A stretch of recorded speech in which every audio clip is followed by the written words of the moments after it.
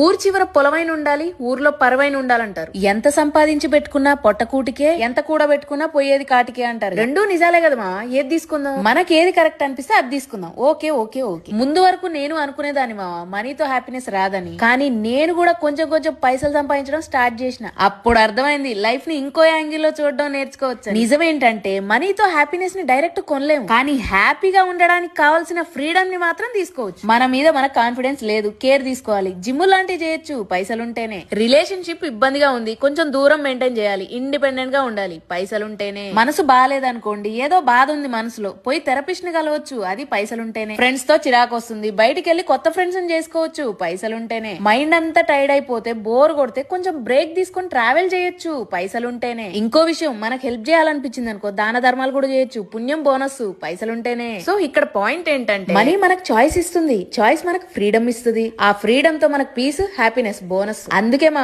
మనీని హేట్ చేయొద్దు, సంపాదించుకోవడం నేర్చుకోవాలి. పక్క వాళ్ళ మీద పెట్టే టైం మన మీద మనం పెట్టుకుంటే మన లైఫ్ మన చేతిలోనే ఉంటది. ఇదే రియల్ ఫ్రీడమ్.